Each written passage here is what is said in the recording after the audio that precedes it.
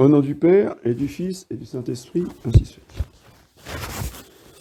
Mes bien chers frères, nous célébrons aujourd'hui une très grande fête qui a été créée au XXe siècle, dans les années 20, par le pape Pie XI, en réponse à l'étendue du communisme dans le monde. Ça a commencé par la Russie, mais après il y a eu la Chine, et combien de pays sont tombés sous la dictature démoniaque du communisme. Et donc l'Église, c'est comme Jésus-Christ. Oui, pareil. Comme disait Sainte Jeanne d'Arc, l'Église, c'est Jésus-Christ répandu et communiqué. Donc l'Église, plus c'est dangereux, plus le monde entier est contre elle, plus elle réaffirme la vérité. Donc, face au communisme, qui a organisé des goulags pour tous les chrétiens, pour tous les catholiques, pour tous les croyants, pour tous les opposants au communisme, le pape aurait pu dire « Ah, il faut pas affirmer la vérité comme ça va choquer les dirigeants communistes. » Non, on affirme, il a fait une encyclique que je vous recommande vivement. Il faut que tous les catholiques lisent au moins une fois dans sa vie l'encyclique Quas Primas de Pie XI sur justement la royauté de notre Seigneur Jésus-Christ qui va avec cette messe.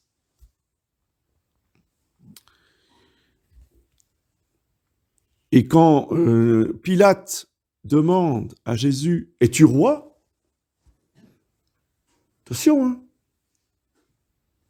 Jésus, il est les poignets liés avec une corde, et en fonction de la réponse, ça va être la mort.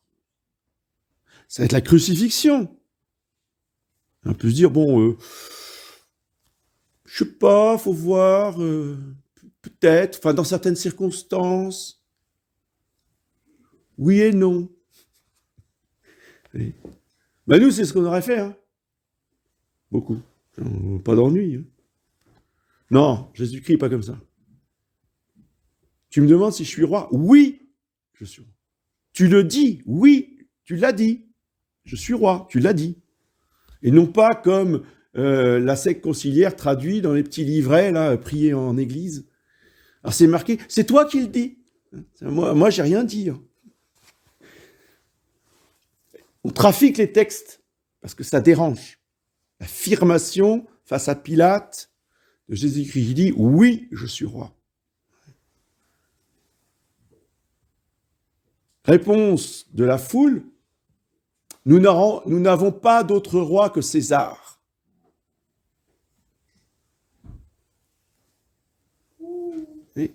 Et Pilate va faire un référendum. Alors, qu'est-ce que vous voulez ? Qui vous choisissez ? Élection, référendum. Vous votez. Là, vous avez Barabbas, qui est un criminel. Il a tué des personnes dans des manifestations pour la libération d'Israël. C'était ça. Hein. Barabbas faisait partie d'un groupe ultra-violent. Ça s'appelait les Zélotes. Et qui avait effectivement tué des soldats romains dans une manifestation. Puis de l'autre côté, vous avez Jésus de Nazareth. Qui vous voulez ? Qui choisissez-vous ? Pour qui vous allez voter ? Réponse du peuple.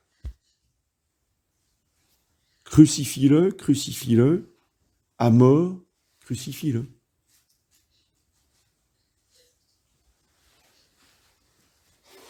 Oh, comment ça se fait ?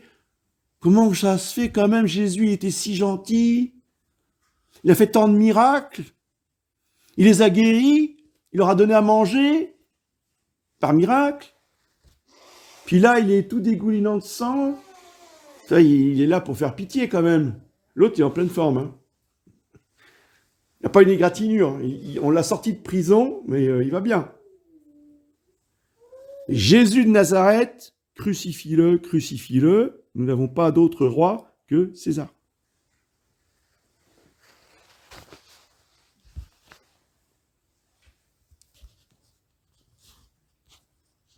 La voix du peuple, la plupart du temps, n'est pas la voix de Dieu. Ça, c'est un adage qui vaut dans certaines circonstances, oui, mais c'est vraiment exceptionnel. En général, la voix du peuple, c'est la voix contre Dieu. Et Dieu, lui, ne demande pas l'avis du peuple. Ah bon? Non, jamais. Comme il dit à Job, attends, tu te plains là, tu me fais des reproches? Mais attends, t'étais où quand j'ai créé le ciel et la terre? Hein? Je t'ai demandé ton avis pour créer le ciel et la terre? Non. J'ai créé le ciel et la terre. J'ai créé les anges. On a demandé leur avis aux anges, ils ont voté pour exister? Non. Après, il a créé les hommes. Il leur a demandé quelque chose aux hommes. Est-ce que Adam a donné son avis? Non. Pourquoi? Parce que Dieu, créateur, première leçon de catéchisme, première question du catéchisme. Dieu est le créateur du ciel et de la terre, le souverain maître de toutes choses. D'accord? Souverain, ça veut dire quoi? Ça veut dire roi. Il est roi et maître de toutes choses. C'est lui qui décide. Il ne demande pas l'avis du peuple.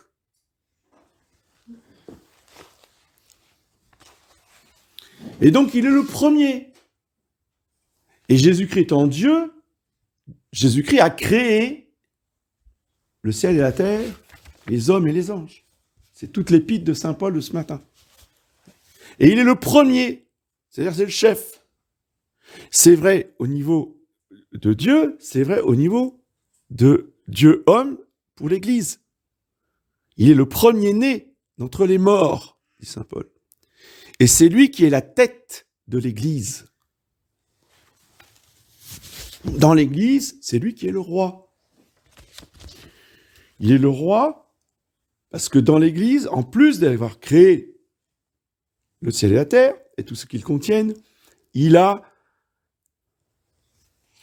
ce statut de prêtre, c'est-à-dire de médiateur entre Dieu et les hommes. Depuis le péché, les hommes se sont révoltés, ils ont voté. Donc, ils ont fait des bêtises. Comme les anges. Les anges ont voté. Sous l'instigation du chef du parti, qui était Lucifer. On ne servira pas. Donc, un certain nombre d'anges l'ont suivi dans la révolte. Vous voyez comment ça s'est fini? Ils ont voté pour Lucifer contre Dieu. Toujours pareil. Donc, il fallait réconcilier les hommes qui avaient suivi le démon au jardin d'Éden, de les réconcilier avec Dieu le Père. Donc, ce rôle de médiateur a été joué par Jésus-Christ. C'est qu'il lui donne le pouvoir royal, parce que son sacerdoce est un sacerdoce royal sur tous les hommes, et en particulier sur l'Église. Et tous ceux qui participent à son sacerdoce royal. Que ce soit bien clair pour tout le monde. Ce n'est pas un sacerdoce démocratique. Le sacerdoce démocratique a existé dans l'histoire. En 1793, Constitution civile du clergé. Ah oui, là, ce sont les laïcs qui élisaient le curé, qui élisaient l'évêque. À la majorité. Et ça, c'est pas l'Église. Ça, c'est la Révolution. Dans l'Église, Jésus-Christ, roi, communique son sacerdoce royal au pape, aux évêques et aux prêtres. Ça s'arrête là? Ah ben non. Il le communique aussi aux laïcs, nous dit saint Pierre dans son épître.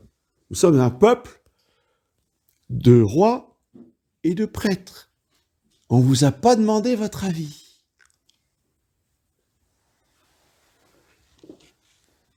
On ne vous a pas demandé si ça vous a plaisé ou si ça vous a plaisé pas. C'est comme ça. Vous êtes prêtre et roi. Mais en participation, c'est-à-dire que le clergé qui reçoit le sacrement de l'ordre reçoit un pouvoir royal de gouvernement. Un pouvoir sacerdotal pour offrir le sacrifice de la messe. Le laïc ne peut pas offrir le sacrifice de la messe. Mais pour que vous puissiez offrir vous aussi, comme le prêtre vous le dit, à l'orate fratres, pour que vous puissiez offrir le sacrifice avec lui, parce que le prêtre vous dit, c'est mon sacrifice qui est aussi le vôtre. C'est votre sacrifice que vous offrez en union avec le prêtre. Bien pour ça, il faut être baptisé. Les non-baptisés ne peuvent pas offrir la messe avec le prêtre.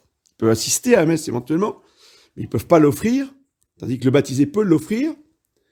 Et ce sacerdoce-là est un sacerdoce royal, parce que nous régnerons toute l'éternité dans le ciel avec Jésus-Christ.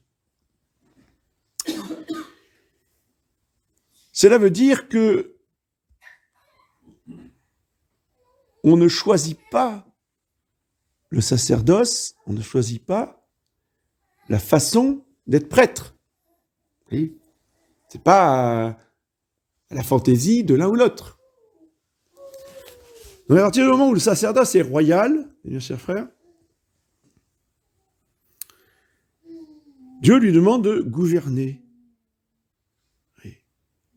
Le prêtre est fait pour gouverner. Alors, il y a des péchés secrets et il y a des péchés publics. Les péchés secrets peuvent être épouvantables. Ça peut arriver, malheureusement. Tant qu'il reste secret, dans le secret du confessionnal, eh bien, ça reste secret entre le prêtre et le pénitent. Et le pénitent reçoit une pénitence proportionnelle à son péché. D'accord.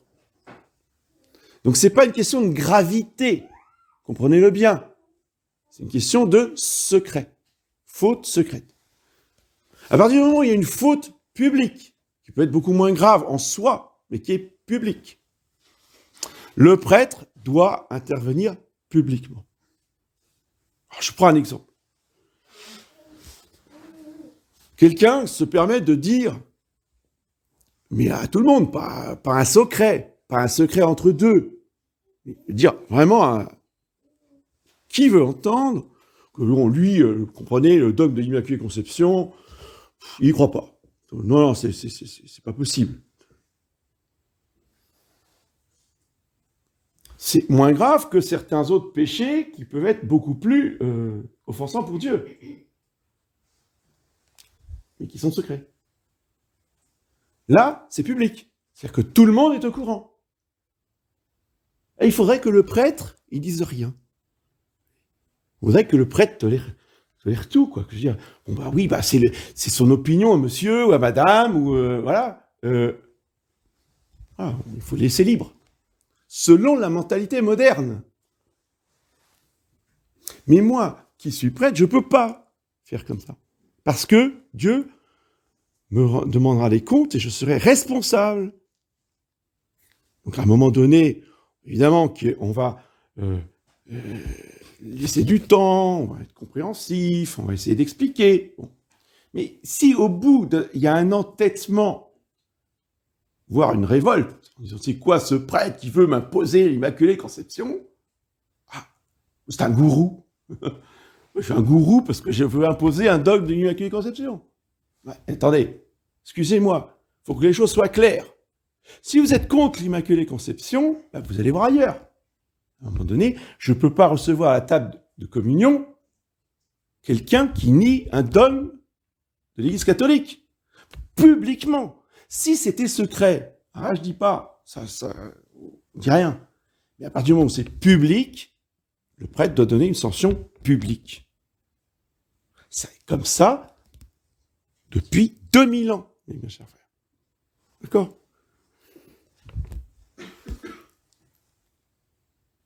Celui qui vivait avec sa maman, si rien n'était su, il s'occupe de sa brave maman, c'est un bon fils. Voilà, terminé. Il n'y a pas de problème. Même si le prêtre, lui, il sait que c'est horrible ce qu'ils font entre eux. Mais il dit rien. Mais à partir du moment où c'est public, à partir du moment où tout le monde le sait, qu'est-ce qui se passe ? Qu'est-ce qu'il a fait, saint Paul ? Carrément, il a en chair, et pas seulement en chair. C'est qu'il a voulu que ça soit écrit dans ses épîtres. Épîtres aux Corinthiens.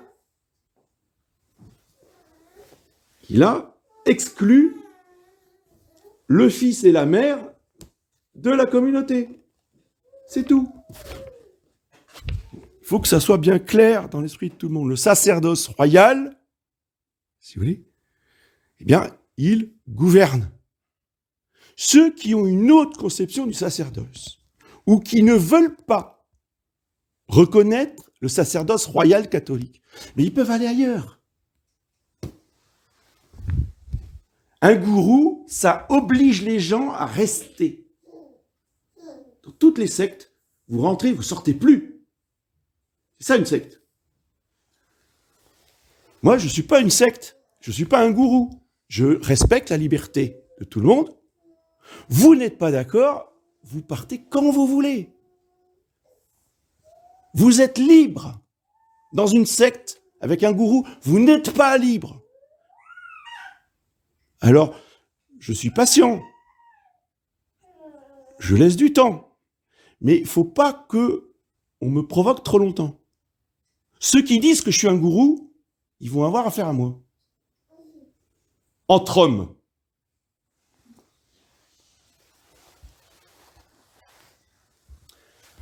Sacerdoce par la rédemption du péché. Il est rédempteur, il nous a rachetés par son précieux sang et son sacrifice. Troisième titre de royauté. Par conquête et par rachat du pécheur. Et cette royauté, elle s'applique à tous, aux individus, aux familles, aux entreprises, à la société entière, et évidemment à l'État et à tous les corps d'État, les armées, la justice, donc les tribunaux, et les parlements qui font les lois ou qui enregistrent les lois. Les lois doivent être conformes aux lois de l'Évangile.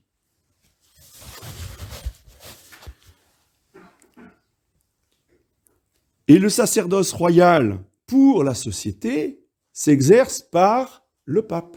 C'est le pape qui est, je vous rappelle, couronné. Le pape qui est roi des États pontificaux, roi temporel, chef d'État. D'accord ? En plus d'être le chef de l'Église, il est le roi temporel des États pontificaux. C'est donc bien que le sacerdoce a un pouvoir temporel.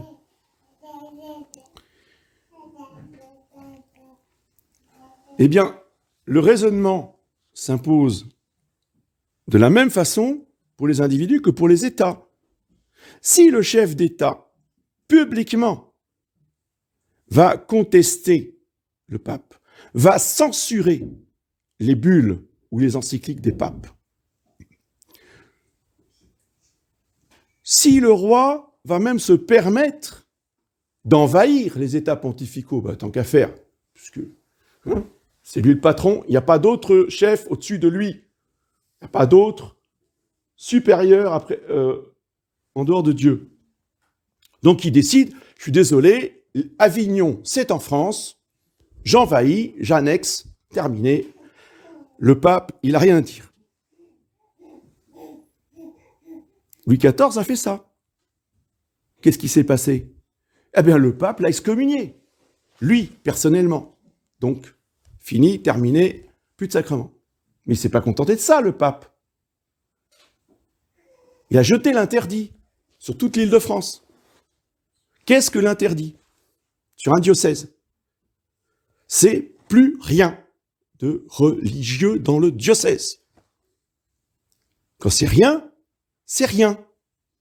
Pas une messe, pas un baptême, pas un sacrement, église fermée, pas de cloche, pas d'angélus. Rien, c'est rien. C'est-à-dire que ce territoire est transformé en terre païenne. Les prêtres ont interdiction de donner un sacrement. C'est un gourou aussi, le pape? Qu'est-ce qu'ils avaient... Et le peuple, qu'est-ce qu'il a demandé? Il n'a rien demandé, le peuple. Alors, mes bien chers frères, il faut méditer. Si on veut le Christ roi, ça a des conséquences concrètes de soumission aux lois de l'Église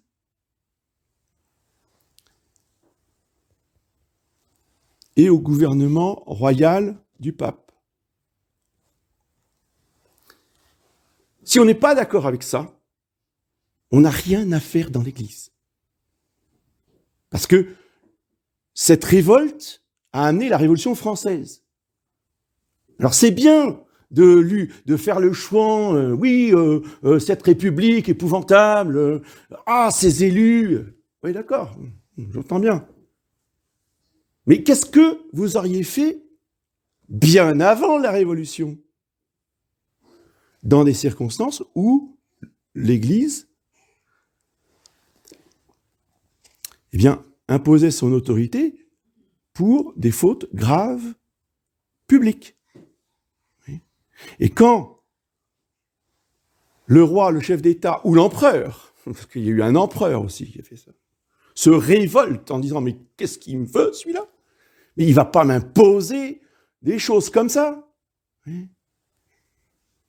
Le pape, c'est pas arrivé souvent, hein, mais c'est arrivé.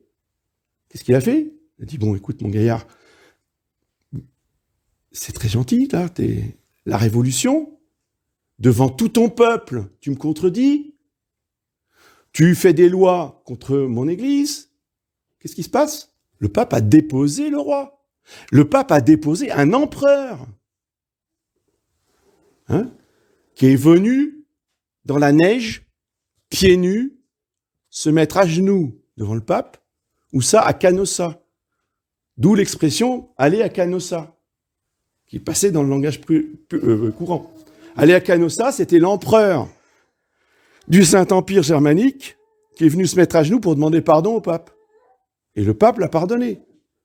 Le pape, il n'est pas méchant, il accepte le pardon. Donc il l'a pardonné, il l'a remis dans ses fonctions. Mais s'il n'y a pas ce pardon, le pape peut déposer le roi ou l'empereur et dire on choisit quelqu'un d'autre.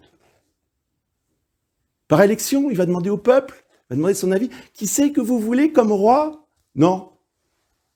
Non. Et quand on a fondé la monarchie française, on a fait par élection? On a demandé son avis? Non.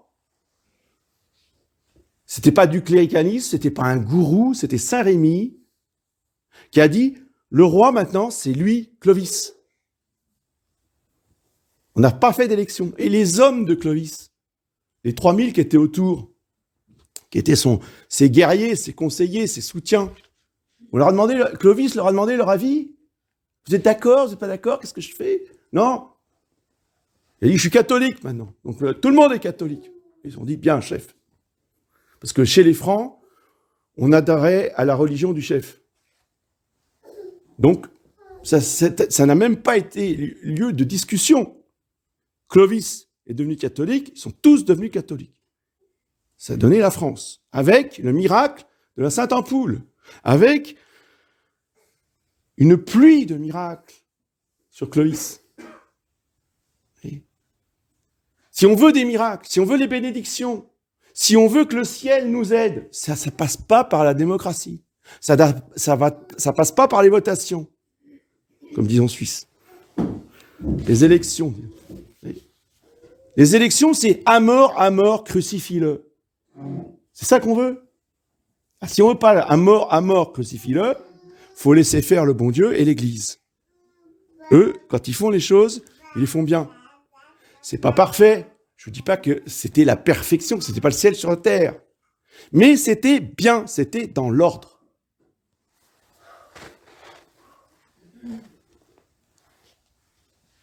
Et nous passons notre temps, depuis plus d'un siècle, même les monarchistes de Maurras passent leur temps à aller voter, à mettre ce bulletin dans la boîte. Puis après, ils disent « Ah, ils pleurent, parce qu'ils disent « Ah, on a perdu. Ah, ils disent tous à mort, crucifie-le. » Et forcément, ils sont tous pour la laïcité. Ils ne peuvent pas dire autre chose. Alors pourquoi vous allez voter pour eux? Ah mais oui, mais c'était le moins pire. Oui, parce qu'il y en a qui veulent qu'ils meurent à petit feu et d'autres qui veulent que ça soit plus rapide. Ah ouais, belle affaire. Cette laïcité, mes bien chers frères, c'est la lèpre des catholiques du XXe siècle. Cette laïcité, faut lire Vehementernos du pape Saint Pie X, uniquement sur la séparation de l'Église et de l'État en France en 1905. Comment il condamne, mais de façon radicale, cette laïcité. Et tous les libéraux, déjà à l'époque de Saint Pie X, le Sillon, Marc Sangnier, et aujourd'hui, je ne vous l'explique pas, c'est universel. Vous prenez un débat, n'importe quel débat dans les médias, tout de suite, on vous sort la tarte à la crème, rendez à César ce qui est à César. Celui qui a inventé la laïcité républicaine, mes bien chers frères, c'est Jésus-Christ. La laïcité, c'est l'Évangile. Quand Jésus-Christ a dit « Rendez à César ce qui est à César et à Dieu ce qui est à Dieu », qui est providentiellement, parce que les dimanches, vous savez, varient dans chaque année. Les dates du calendrier sont fixes, mais les dimanches varient en fonction de la fête de Pâques. Et cette année, l'évangile d'aujourd'hui, c'est l'évangile, justement, de l'impôt rendu à César, qu'on lira donc à la fin de la messe. Ça tombe bien. Et tous les libéraux, et tous les ennemis de l'Église, et tous les républicains, nous mettent la tarte à la crème. Jésus a dit, rendez à César ce qui est à César, à Dieu ce qui est à Dieu. Donc, séparation des choses divines et des choses politiques. Interprétation totalement fausse, totalement erronée. Jésus-Christ n'a jamais voulu dire qu'il fallait séparer les choses de la politique des choses de Dieu. Il a dit, il faut séparer César. Est-ce que César, je vous pose la question, est-ce que César est catholique? Ben non. César, c'était un païen, il se prenait pour Dieu, il voulait que tout le monde l'adore. La preuve, c'est que tous les chrétiens sont morts dans les premiers siècles de l'Église parce que Monsieur l'Empereur voulait être adoré. Donc c'est évident que Jésus-Christ voulait qu'on soit séparé des choses de César. Il ne faut pas mélanger Dieu et César. Mais il a bien dit qu'il était roi, et que si sa royauté ne venait pas de ce monde, ne venait pas du sang humain, du sang royal, ni de l'élection, mais c'est pas pour ça qu'il n'y avait pas de royauté sur ce monde. Et cette royauté sur ce monde, elle s'exerce d'une manière toute spéciale quand le pouvoir est catholique. Le pouvoir, la royauté de Jésus-Christ ne s'exerce pas de la même façon sur César que sur Saint-Louis. C'est évident, hein? Dit comme ça. Mais quand vous les écoutez, les laïcards, catholiques, libéraux ou autres, mais c'est pas du tout ce qu'ils disent.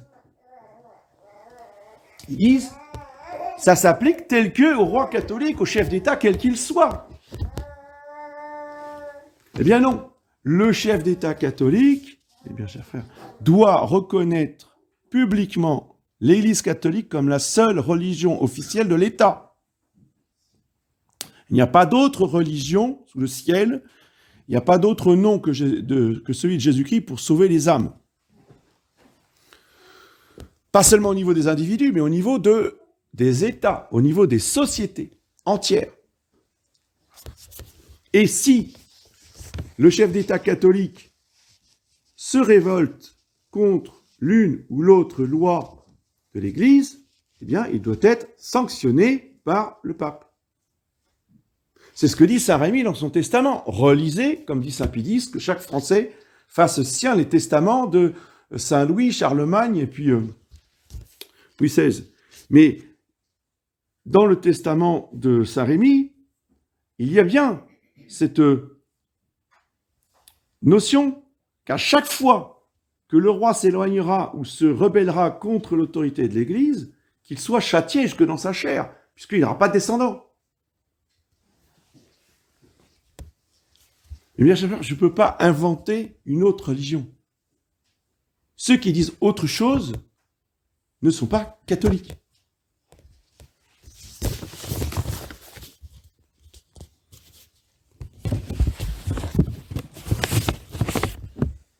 Et cette laïcité, condamnée par l'Église, est évidemment aux antipodes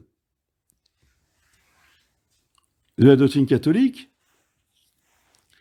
Et c'est cette doctrine du Christ roi qui est la seule arme qui peut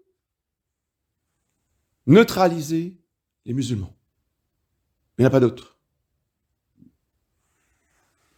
Et notez que les musulmans ne supportent pas la laïcité. Tous ceux qui sont morts à cause de la laïcité. Et tous les catholiques qui défendront la laïcité subiront le même sort. Le musulman ne supporte pas la laïcité. Par contre, il respecte le Christ roi. Il ne va pas forcément y adhérer, hein. Il respectera. Comme le grand sultan du Caire a respecté Saint Louis. Grand respect pour Saint Louis. Et jamais un musulman ne respectera un président de la République, fût-il catholique, hein, officiellement, avec le vernis, un président, même catholique, qui défend la laïcité, jamais un musulman ne le respectera. Jamais. Donc, que cette fête du Christ roi nous fasse prendre conscience que c'est en affirmant, sans compromission, sans diminution, ce dogme de foi de la royauté de notre Seigneur Jésus-Christ, que nous arriverons à convertir les musulmans. Mais ce n'est pas suffisant. Il faut une arme efficace. Parce qu'on nous dit, oui, vous ne faites rien. Vous ne voulez pas qu'on aille voter, vous ne voulez pas faire de meeting, vous ne voulez pas faire des collages. Donc vous ne faites rien.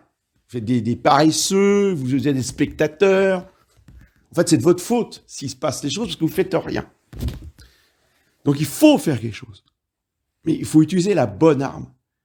La seule arme qui a jamais été efficace. Elle n'a pas changé. C'est toujours la même. C'est dans la mesure où nous l'utiliserons, nous aussi, avec la doctrine du Christ roi, que nous arriverons à la victoire. C'est le Saint Rosaire. Le Saint Rosaire a vaincu les musulmans à Lépante. Le Saint Rosaire a vaincu les musulmans à Vienne.